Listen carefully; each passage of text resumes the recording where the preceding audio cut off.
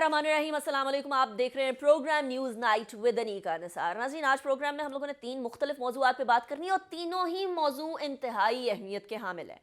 सबसे पहले हम बात करेंगे टीएस फैंटास्टिक की अपने पहले सेगमेंट के अंदर। सेकंड सेगमेंट में हम बात करेंगे पाकिस्तान की मईशत के हवाले से। महंगाई बढ़ रही है, आईएमएफ ने हमें अगली किस्त देने का वादा तो कर लिया, लेकिन उसके बाद अवाम पे कौन सा महंगाई बम गिरने वाला है, इसके बारे में बात करेंगे सेकंड सेगमेंट में, जिसमें हमारे साथ होंगे डॉक्टर फर्रुख सलीम साहब और हमारे साथ डॉक्टर सलमान शाह साहब भी होंगे। थर्ड सेगमेंट में हम जाएंगे और पाकिस्तान की सियासत के बारे में बात करेंगे। क्या एक बार फिर पाकिस्तान तहरीके इंसाफ मुतजलजल से इस्तेहकाम का सफ़र काट चुकी या नहीं? सलीम साफ़ी साहब हमारे साथ थर्ड सेगमेंट में होंगे। तो ज़रा पहले सेगमेंट की बात करते हैं। पहले सेगमेंट में हमने बात करनी है एक ऐसे भारतीय की जिसका नाम हर पाकिस्तानी को मालूम है और किसी फखरिया बात पर मालूम नहीं है। जिस तरीके से भारत अब उनको वीर चक्रा देकर नवाज रहा है कि पता नहीं हारने पर भी वीर चक्रा मिला करता है भारत के अंदर, ये हमें पहली दफ़ा समझ आई। विंग कमांडर अभिनंदन वर्तमान को वीर चक्रा से नवाजा गया और इसलिए नवाजा गया क्योंकि वो कहते हैं कि बड़े ही बहादुरी से विंग कमांडर अभिनंदन वर्तमान लड़े। हमारे सामने कुछ हकायक मुख्तलिफ हैं और हकायक ये हैं कि 26 फरवरी को भारत ने दुनिया को ये दिखाने के लिए कि देखें जी हम बहुत बड़ा काम कर रहे हैं, पाकिस्तानी फ़िज़ाई हदूद की खिलाफ वर्जी की। जैसे ही पाकिस्तानी लड़ाकू तैयारे भारत के फाइटर पायलट्स फाइटर प्लेन्स के पीछे पड़े तो दुम दबाकर भागना पड़ा और दुम दबाकर भागते भागते स्पीड गेन करने के लिए पेलोड भी वहीं छोड़ गए और पेलोड से कोई और नुकसान तो ना कर सके, लेकिन पाकिस्तान के चंद दरख्तों और एक कव्वे की जान जरूर ले ली। पाकिस्तानी है, हम लोगों ने अपने दरख्तों और कव्वों को भी का बदला भी लेना था, तो इसीलिए 27 फरवरी एक ऐसा दिन था जिस दिन हमने वो किया जो कि शायद भारत ने सोचा भी ना था। क्या किया उसकी कुछ झलकियां मुलाहिजा करिए। हम लोगों ने भारत के 2 तैयारे तो मार गिराए, एक SU-30 और एक MiG-21। इसके साथ साथ भारत ने बौखलाहट के अंदर अपना ही हेलीकॉप्टर गिरा डाला जिसके अंदर 6 IF के एहलकार उनकी जान चली गई। ये याद रहे कि भारत बौखलाहट के अंदर, डेस्परेशन के अंदर ये क्लेम करता रहा कि भारत ने पाकिस्तान का F-16 मार गिराया, लेकिन उसके बाद एक बात बड़ी वाज़ेह तौर पर सामने आई कि भारत के इस क्लेम के बाद अमेरिका ने F-16 का काउंट किया और अपने एक जरीदे फॉरेन पॉलिसी के ज़रिए ये वाज़ेह कर दिया और ये बता दिया कि जो अमेरिका ने F-16 का काउंट किया वो काउंट बिल्कुल मुकम्मल था, ना उसके अंदर एक कम ना उसके अंदर एक ज़्यादा। F-16 कंप्लीटली सेफ थे। हमारे DGISPR उस टाइम के, उन्होंने भी ये फरमाया कि F-16 इस्तेमाल नहीं हुए। हाँ, हुआ तो ये हुआ कि पाकिस्तान के JF-17 थंडर्स ने उनका एक SU-30 जो कि एक रशियन मेड बड़ा जाना माना एक बहुत फेमस किस्म का तैयारा है और एक MiG-21 गिरा डाला। ये बात भी वाज़ेह रहे कि उस टाइम पर अभिनंदन वर्तमान ने पाकिस्तानी हुदूद के अंदर गिरने के बाद ऐसा कोई क्लेम नहीं किया कि मैंने F-16 मार गिराया। एक और बात जो कि बड़ी वाज़ेह होती है वो ये कि उस टाइम पर MiG-21 के सारे मिसाइल्स और सारे के सारे जो सिस्टम होता है अटैक करने का वो इंटैक्ट था। क्योंकि ये सारे मिसाइल्स इंटैक्ट थे तो किस तरीके से अभिनंदन वर्तमान ने कोई भी तैयारा क्या, कोई भी परिंदा भी गिराया हो सकता है? ये तमाम के तमाम टॉल क्लेम्स भारत के मुंह को काला करने के लिए काफ़ी हैं। लेकिन ना सिर्फ ये, एक ऐसी खातून जो कि पाकिस्तान के खिलाफ जहर उगलते नहीं थकती, जो कि पाकिस्तान की हर चीज़ के अंदर नुक्ताचीनी करती है, हर चीज़ के अंदर पाकिस्तान की गलतियां ढूंढती है, वो भी भारत के इस क्लेम को झूठा कहने के अलावा उनके पास कोई ऑप्शन नहीं बची। क्रिस्टीन फेयर हैं। अभी रिसेंटली मिलिट्री लिटरेचर फेस्टिवल हुआ है भारत के अंदर और उसके अंदर साफ साफ क्रिस्टीन फेयर ने, जो कि भारत की बड़ी साइड लेती हैं, ये कह दिया कि कोई F-16 नहीं गिराया गया भारत की तरफ से। सुनिए, क्रिस्टीन फेयर की ये बात सुनने के बाद एक बात तो वाज़ेह हो गई कि भारत जितना ही झूठ को सच बोलने की कोशिश करे, किसी भी तरीके से दुनिया की आंखों में धूल झोंकना पॉसिबल नहीं है। अब दुनिया के और इंटरनेशनल एनालिस्ट ने तो इस बात को रिफ्यूट किया ही किया, लेकिन भारत के अपने लोग, अपने एविएशन एनालिस्ट ने उसी टाइम भारत के इस क्लेम को झूठा करार दे दिया। ये भी सुनिए। ये तमाम चीजें सुनने के बाद जाहिर हो जाता है कि भारत अपने मुंह की कालक साफ करने के लिए अभिनंदन वर्तमान को वीर चक्र तो जरूर दे सकता है, लेकिन किसी भी तरीके से दुनिया की आंखों में धूल झोंक नहीं सकता, किसी भी तरीके से इस झूठ को सच बना नहीं सकता। एक बेइज्जती भारत के मुंह पर लग गई, अब उसे धोया नहीं जा सकता। इसीलिए हम कहते हैं कि हम सरप्राइज जरूर देने के लिए हमेशा तैयार रहेंगे। We want peace but on equal footing, और अगर पीस नहीं तो फिर हम जवाब भी इसी तरीके से देंगे। अभी ब्रेक की तरफ जाएंगे, ब्रेक के बाद वापस आएंगे और उसके बाद पाकिस्तान की मईशत के हवाले से बात करेंगे। क्या उतार चढ़ाव चल रहा है और कहां महंगाई आने वाली है आफ्टर ब्रेक।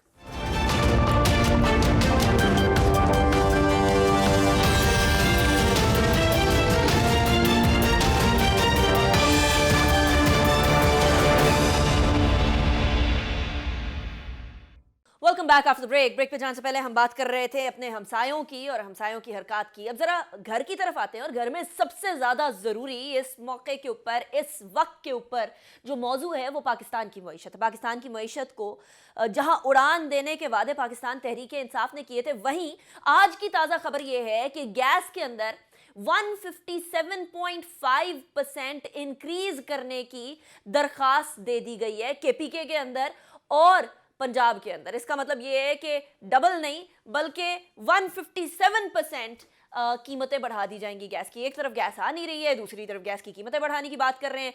एक तरफ बिजली की कीमतें ऑलरेडी बढ़ी हुई हैं और अब दोबारा बताया जा रहा है कि बिजली की कीमतें बढ़ेंगी। ये भी बताया जा रहा है कि पेट्रोलियम की कीमतें भी बढ़ेंगी। कुछ आलमी मार्केट के अंदर तमाम चीजों की, बिलखुसूस पेट्रोलियम मसनूआत की कीमतें बढ़ रही हैं। लेकिन क्या ये एक आम आदमी के ऊपर एक महंगाई बम, जो कि ऑलरेडी चल रहा है, एक और महंगाई बम बनकर नहीं गिरेगा?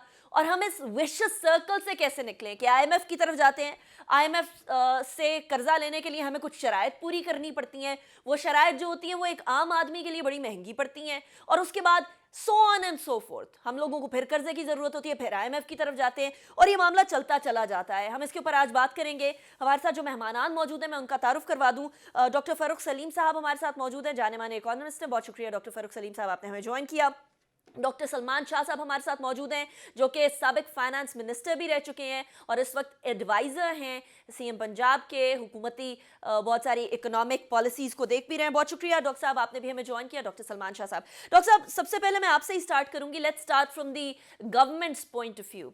डॉक्टर सलमान शाह साहब, वी नो कि इंटरनेशनल प्राइसेस बढ़ रही हैं पेट्रोलियम मसनूआत की बिलखुसूस, लेकिन हमें यह भी मालूम है कि अगर हम इंटरनेशनल मार्केट को देखते हैं तो हर मुल्क के पर कैपिटा इनकम को अगर हम मेजर करने लग जाएं तो हम तो साउथ एशिया के अंदर ही अच्छे खासे पीछे हैं।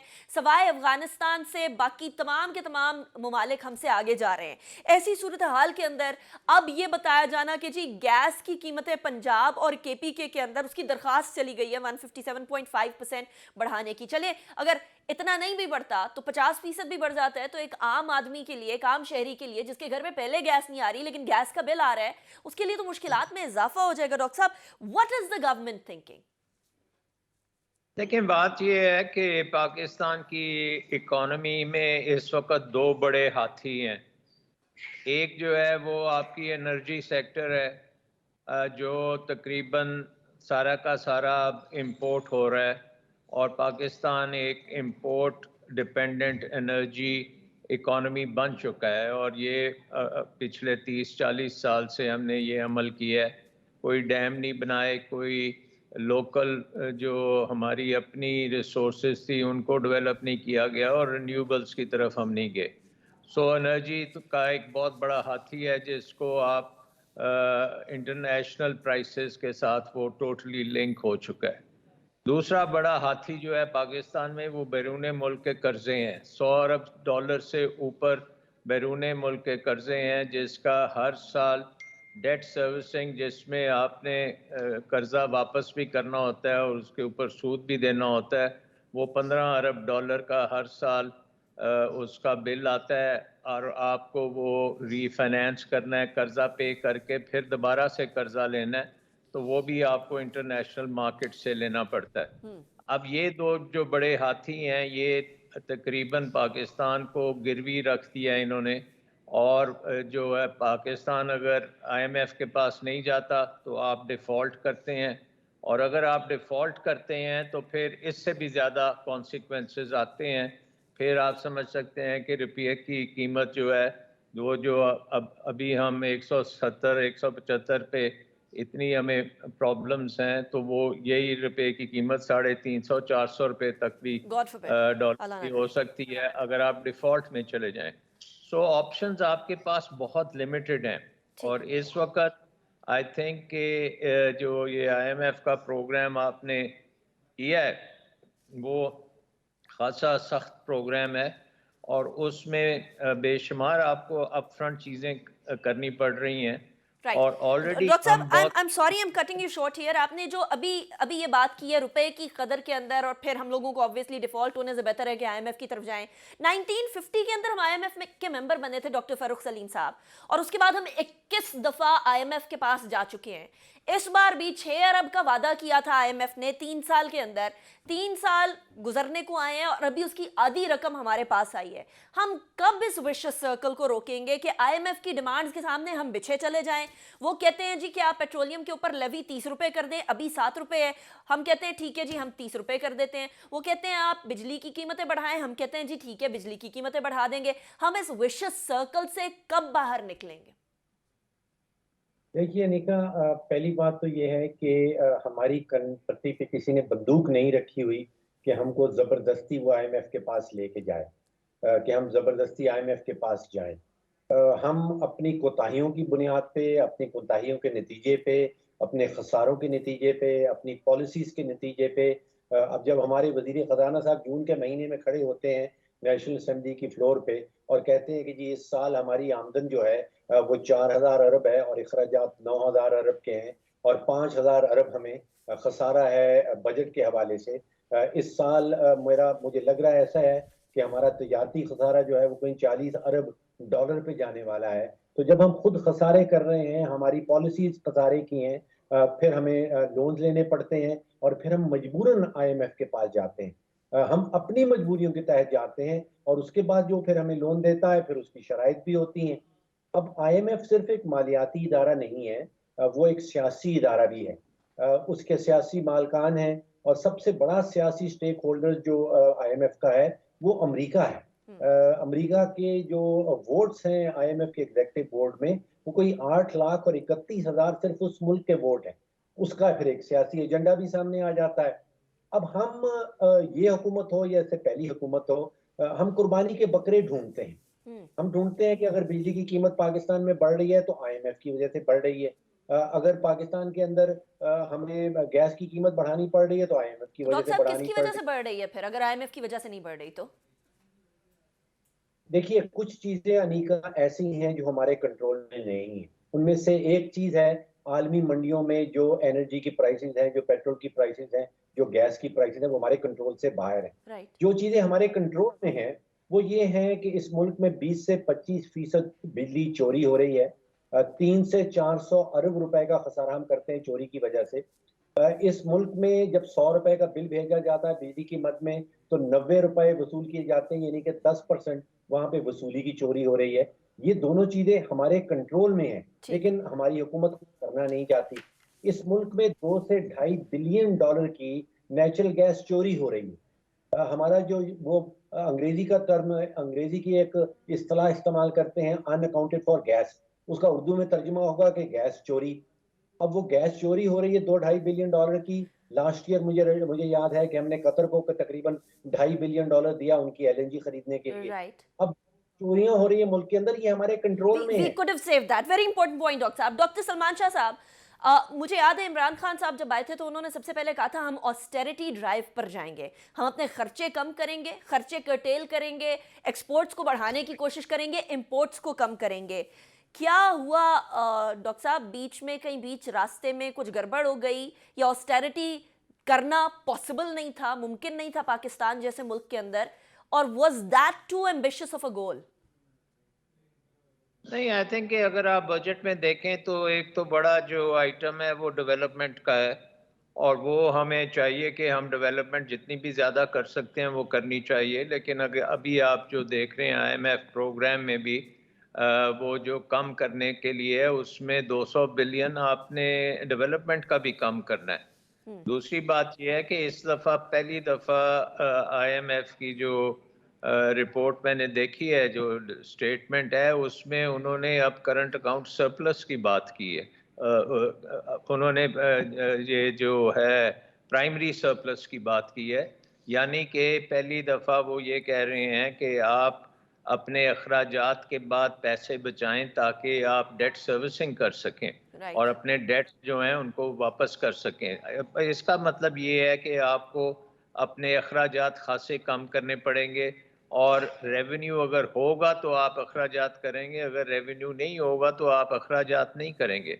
इसलिए आप देख रहे हैं कि वो क्योंकि ओरिजिनल बजट में पेट्रोलियम डेवलपमेंट लेवी के लिए कोई 600 अरब का एस्टिमेट था, और ये ऑयल प्राइसेस के ऊपर जाने से वो खासा कम हो गया, तो वो आईएमएफ ने याद कराया है कि ठीक है। ये कमी जो है ये आपके रेवेन्यूज को कम कर रही है, और अगर रेवेन्यूज कम होंगे तो आपका खसारे बढ़ेंगे, तो आपको ये या तो ये रेवेन्यू इंक्रीज करें या इनको कट करें। सो आई थिंक कि what IMF is actually trying to say to us कि भाई अपने घर को आप सीधा करें, अपने आप को एनर्जी इंडिपेंडेंट करें, अपने ये चोरियां बंद कराएं, अपनी ऑर्गेनाइजेशंस जो इस वक्त अरबों रुपए खा जाती हैं, स्टेट ओन्ड एंटरप्राइजेस, वो एक सफ़ेद हाथी हैं, उनको फारग करें और तो उनको। डॉक्टर साहब, अगले 2 साल में गवर्नमेंट ये सारा कुछ कर सकेगी? I think we have to start immediately. इसमें ये तो नहीं है कि आप बैठे रह जाएंगे। ठीक है।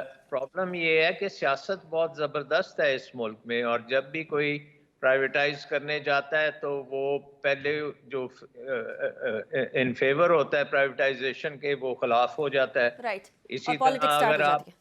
राइट। पॉलिटिक्स जो है वो हमारी इकोनॉमी पे पॉलिटिक्स बहुत ज़्यादा हो रही है, पॉइंट नोटेड। और आई थिंक अगर नॉर्मल हालात हों तो फिर तो ठीक है, लेकिन ये बड़े अब नॉर्मल हालात हैं, और इसमें ऑपोजिशन समझती है कि ये आईएमएफ प्रोग्राम को डीरेल करने से वो हुकूमत को भी डीरेल कर देंगे। लेकिन आई थिंक उनको ये भी पता होना चाहिए कि अगर वो हुकूमत में आएंगे तो उनको भी यही यही प्रॉब्लम्स फेस सामना करना पड़ेंगे। करना पॉइंट पड़ेगा। नोटेड डॉक्टर साहब। डॉक्टर फारूक सलीम साहब, वेरी क्विकली, गवर्नमेंट को अब ये जो चैलेंजेस हैं इन 2 साल के अंदर पूरे करना, they seem to be a very daunting task. लेकिन मसला ये है कि अगर हम लोग वो डिमांड्स जो आईएमएफ ने की हैं, और वो कुछ कुछ ऐसी चीजें हैं जो कि हम भी कहते हैं कि वो चेंज करने की जरूरत है, कुछ पॉलिसी शिफ्ट्स हैं, कुछ प्राइवेटाइजेशन के इश्यूज हैं, लेकिन डॉक्टर साहब, क्या ये वाकई में सियासी मैटर बन जाता है, या फिर इसके पीछे कोई और मुहर्रिकात भी होते हैं? अब हम 2 साल के अंदर वो सारी डिमांड्स जो आईएमएफ ने हमारे सामने रख दी हैं, कंसिडरिंग के स्टेट बैंक को भी अब अपोजिशन के मुताबिक आईएमएफ के अंडर कर दिया गया है, ये सब कुछ पूरा हो सकेगा? देखिए, पिछले 3 साल गुजर गए। मैंडेट है जो वोटर्स ने दिया पीटीआई को, वो 5 साल का दिया। 3 साल में आपके सामने वाजे है कि पीटीआई की हुकूमत क्या कर चुकी है, क्या कर सकी है। आपके सामने है कि पिछले 3 सालों के अंदर टेक्निकली 5 वज़राए ख़जाना बदले हैं। एक औसतन एक वज़ीर ख़जाना जो है वो 8, 9, 10 महीने से ज़्यादा नहीं आता, और हमें पता भी नहीं चलता कि उसको निकाल क्यों दिया जाता है। ऐसा भी वक्त हमने अभी रिसेंटली देखा है कि 22 करोड़ पाकिस्तानियों का ना तो कोई वज़ीर ख़जाना था, ना कोई मुशीर ख़जाना था, और वो वज़ीर ख़जाना था वो बैठे हुए थे अमेरिका में, उनकी टर्म ख़त्म हो गई, वो ना वज़ीर ख़जाना थे ना मुशीर ख़जाना थे। फिर हुकूमत को जल्दी से एक नोटिफिकेशन जारी करना पड़ा।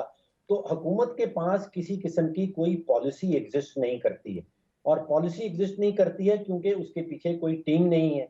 टीम होगी तो पॉलिसी सामने आएगी, पॉलिसी होगी तो फिर जिन चीज़ों का आपने जिक्र किया कि प्राइवेटाइजेशन करने वाली है, फिर हो इस्लाहात सकेगी। होने वाली हैं, फिर वो सामने आएंगी। अच्छा, 2 या 3 चीज़ें आप अगर सामने रखें कि आटे की कीमत जो है वो 35 रुपए किलो से 70-75 रुपए किलो चली गई, इसका आईएमएफ से कोई ताल्लुक नहीं है। इसका जो आलमी मंडियों में एनर्जी की प्राइसेस चढ़ रही हैं या तेल की कीमत चढ़ गई है, उसका कोई डायरेक्ट ताल्लुक नहीं है। राइट। अगर चीनी की कीमत जो है वो 55 रुपए किलो से 125 रुपए किलो पर चली गई है, तो उसका आईएमएफ से कोई ताल्लुक नहीं है। IMF ने हमें नहीं कहा था कि आप चीनी की कीमत जो है वो 100% बढ़ा दें। सो डॉक्टर साहब, IMF ने हमें इन शॉर्ट किया आप था। कह रहे हैं, आप इन शॉर्ट कह रहे हैं कि कुछ शहर दे लोग भी जालिम सन, कुछ सानू मरंदा शौक भी सी पाकिस्तान तहरीक इंसाफ के साथ ये हुआ। डॉक्टर फरूख सलीम साहब, डॉक्टर सलमान शाह साहब, thank you so much for joining me in the show. अभी ये बात तो तय पा गई कि शौकत तरीन साहब को अब सेनेटर बनाने के लिए राह हमवार की जा रही है। एक सेनेटर को साइड पे भी कर दिया गया, SAPM का ओहदा भी पकड़ाने की जो बातें सामने आ गई। लेकिन क्या सेनेटर बनने के बाद भी वो फाइनेंशियल मैटर्स को संभाल सकेंगे या नहीं संभाल सकेंगे? We are very crucial stage. Pakistan की मईशत आगे बढ़ेगी तो सियासत या बाकी सारी चीज़ों का कोई तुक बन सकती है, कोई समझ आएगी, अदरवाइज कुछ भी माने नहीं रखती। ब्रेक की तरफ जाएंगे, ब्रेक के बाद बात करेंगे पाकिस्तानी सियासत के हवाले से भी कुछ चीज़ें आपके सामने रखेंगे।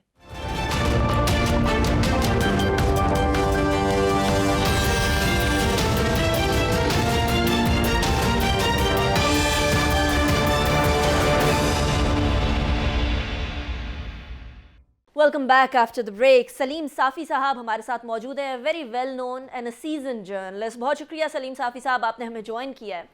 साफ़ी साहब, पाकिस्तान की सियासत एकदम से ऐसे लगने लगी थी कि हुकूमत पर भारी पड़ने लगी है। ऐसे लग रहा था कि PDM जितनी मुतहर्रिक हुई, स्पेशली मौलाना साहब सड़कों को संभालेंगे, पार्लियामेंट और पार्लिमानी मामलात को पीपल्स पार्टी बड़े गौर से देखेगी, फिर इस्टेब्लिशमेंट के साथ रवाबित को PMLN देखेगी।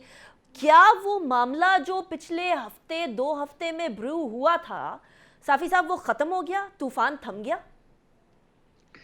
नहीं, देखिए अनीका, बदकिस्मती ये हुई है कि इस मरतबा जिसको हुकूमत दिलवाई गई थी तो उनको हुकूमत करनी नहीं आती, और जिनको अपोजिशन में धकेला गया था तो उनको अपोजिशन करनी नहीं आती।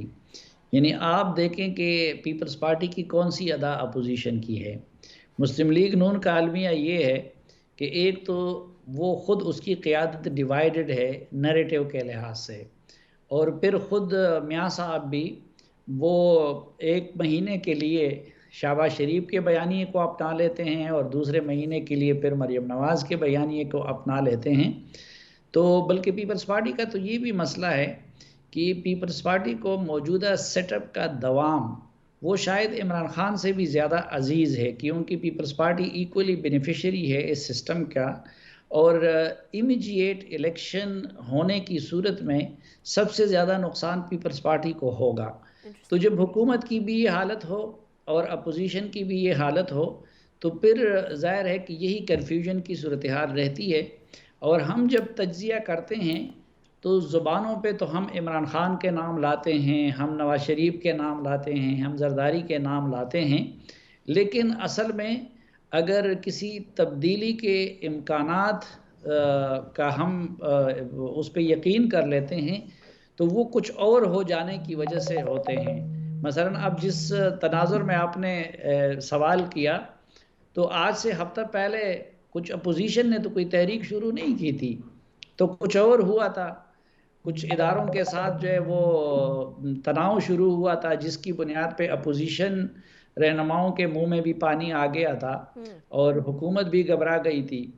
अब फिर पिछले हफ्ते जो जॉइंट सेशन में जो डेवलपमेंट हुई तो उससे ये तासुर मिला कि शायद इमरान खान बदस्तूर लाडला है, तो इसलिए अब हुकूमत उछल कूद कर रही है।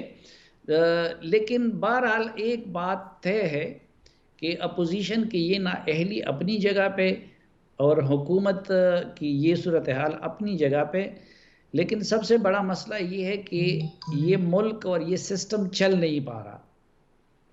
तो क्या किया जाए साफ़ी साहब? बिकॉज आपने फरमाया ऑपोजिशन को ऑपोजिशन नहीं करनी आ रही, हुकूमत को हुकूमत नहीं करनी आ रही है। इस हुकूमत के 2 साल रह गए हैं, इलेक्टोरल रिफॉर्म्स का बिल इन्होंने पास करवा लिया है, अगले इंतखाबात के ऊपर अभी से सवाल उठाना शुरू कर दिए ऑपोजिशन ने कि हम नहीं मानते हैं। अगर आपको अभी चलते हुए निज़ाम नज़र नहीं आ रहा तो अगले इंतखाबात के बाद भी हमें क्या गारंटी है कि निज़ाम चलता हुआ नज़र आएगा? देखिए, आपने सवाल के शुरू में फरमाया कि क्या किया जाए, तो क्या होने का तो एक ही तरीक़ा जो सारी दुनिया में है और जिन कौमों ने तरक्की की है वो ये है कि फ्री एंड फेयर इलेक्शन किया जाए और जिसका जो काम है वो अपने काम तक अपने आप को महदूद कर ले। जिस इदारे का जो काम है वो काम दिलजोई और दिलजमी के साथ करने लग जाएं, और फिर आगे जाके सबकी कंसेंसस के साथ हमारे यहाँ अदालती इस्लाहात किए जाएं और अकाउंटेबिलिटी का एक ऐसा सिस्टम बनाया जाए कि जो पॉलिटिकल इंजीनियरिंग के लिए एक टूल ना हो, बल्कि वो जज, जर्नल, जर्नलिस्ट, सियासतदान, ब्यूरोक्रेट सबका इक्वली अहाता करे। राइट, लेकिन वो तो सरदस्त होता हुआ नज़र नहीं आ रहा। राइट। अच्छा सलीम साफ़ी साहब, अब कुछ तब्दीलियां आई हैं, कुछ सियासत के उफ़क़ पे कह लें और कुछ इस्लामाबाद के उफ़क़ पे। आप उन तब्दीलियों से मेरे से ज़्यादा जो है आशना हैं। क्या उन तब्दीलियों के बाद तब्दीली को कोई मसला दरपेश आएगा? हाँ, कुछ ना कुछ मसला तो होगा, क्योंकि इस हुकूमत का एक तो ये मसला है कि ये हुकूमत ख़ुद बनी नहीं है, ये किसी ने बनवाई है। फिर चल नहीं रही थी, कोई उसको चलवा रहा था, लेकिन उनकी कोशिशों के बावजूद भी ये चल नहीं रही। तो एक तो इस हुकूमत की अपनी एक्सपर्टी डेवलप नहीं हुई है कि हुकूमत कैसी करनी है, और इनके लिए अपोजिशन भी कोई और संभाल रहा था, और इनके लिए पार्लियामेंट से कानून साजी भी कोई और करवा रहा था। तो अब मैं ये तो नहीं कहता कि कोई वो उन क़ुव्वतों या उन इदारों का निशाना बने हैं, या ये है कि कोई नवाज शरीफ के साथ कोई दोस्ती और मोहब्बत का ताल्लुक़ डेवलप हुआ है, लेकिन मेरे ख़्याल में वो इदारे उसी तरह डाल अब नहीं बनेंगे, या उसी तरह अपने आप को इन्वॉल्व नहीं करेंगे उस शिद्दत के साथ जिस शिद्दत के साथ आज से कुछ अरसा पहले तक होता रहा।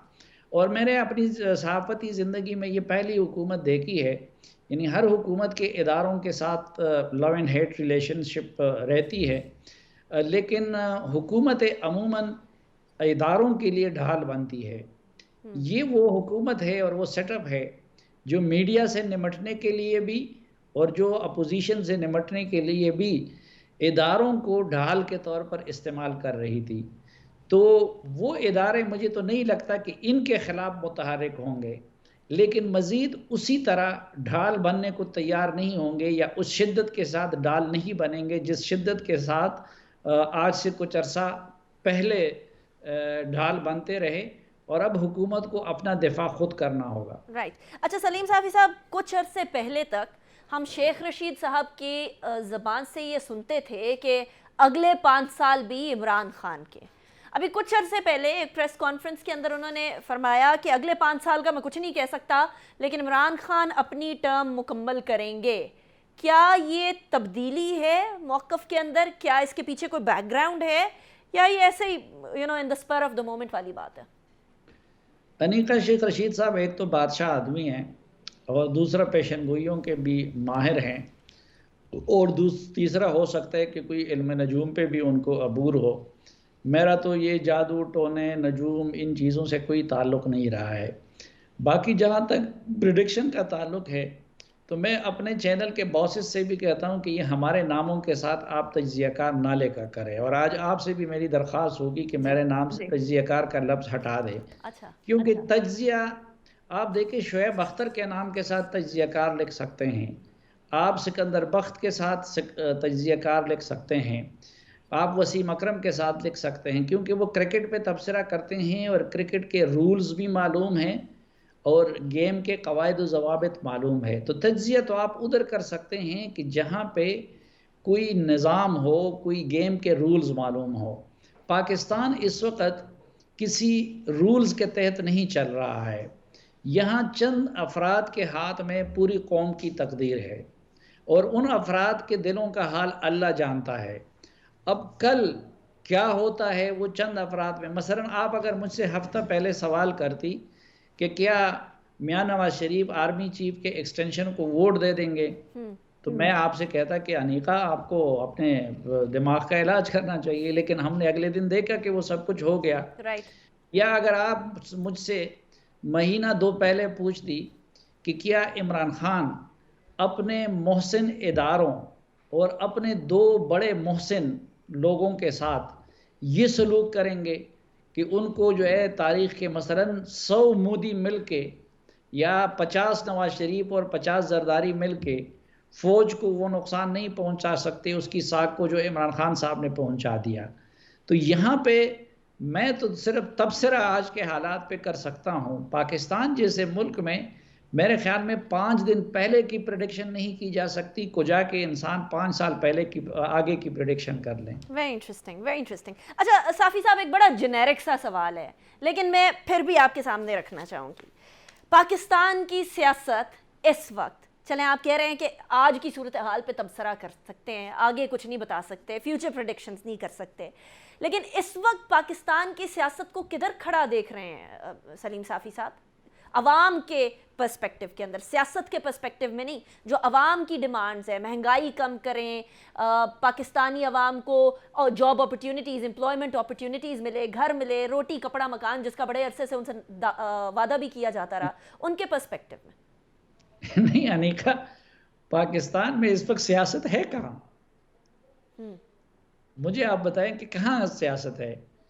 क्या हुकूमती साइड जो है, ये पॉलिटिकल पार्टी इस तरह बनती है जिस तरह पीटीआई बनी है, या इस तरह चलती है जिस तरह वो चल रही है? फिर अपोजिशन की आप देखें, अपोजिशन की हालत आप देख लें।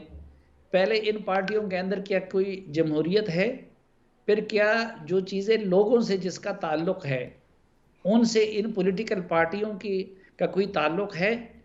पीडीएम बनाया गया, पीपल्स पार्टी उसकी मदऊ थी, और उनका ये था कि जी जो बड़े अहम इश्यूज सामने रखे गए हैं कि इसकी बुनियाद पे हम ये करेंगे। अगले दिन पीपल्स पार्टी ने अपना उल्लू सीधा कर दिया, अपनी डील कर दी, उसी पीडीएम की पीठ में चोरा घोंपा गया। फिर अब जो बाकी हैं, मुस्लिम लीग नून उसका मेजर कंपोनेंट है। मुस्लिम लीग नून भी हम वक्त अपने लिए डील की कोशिश में लगी रहती है। उनकी प्रायोरिटी मसलन इमरान खान साहब जो हुकूमती रूलिंग पार्टी है, उनकी प्रायोरिटी मुल्क के और मसाइल हल करना नहीं है। जो स्टेट रिलेटेड इश्यूज़ है उनसे तो इमरान खान साहब, उनकी हुकूमत का कोई सरोकार नहीं है। मसलन कश्मीर है, बलूचिस्तान है, गिलगित बल्तिस्तान है, इंडिया के साथ ताल्लुकात है, अफ़गानिस्तान है। वहाँ पे तो वज़ीर आज़म की बेखबरी का ये आलम है कि 3 साल वज़ीर आज़म रहने के बाद भी वो कहते हैं कि हक्कानी जो है वो अफ़गानिस्तान का बहुत बड़ा कबीला है। दूसरी तरफ तो उनकी सारी तवज्जो है अपोजिशन को और मीडिया को घेरने पे। Right Salim Safi sahab, thank you so much for joining me in the show. Program का वक्त खत्म हो गया, नहीं तो इसको डिस्कशन को मजीद आगे बढ़ाते। बहुत शुक्रिया आपने ज्वाइन किया। इससे पहले भी जो मेहमान थे उनका भी बहुत शुक्रिया। अनीका नज़ार को इसी के साथ इजाज़त दीजिए। अपना बहुत ख्याल रखिएगा। अल्लाह हाफ़िज़। नासिर।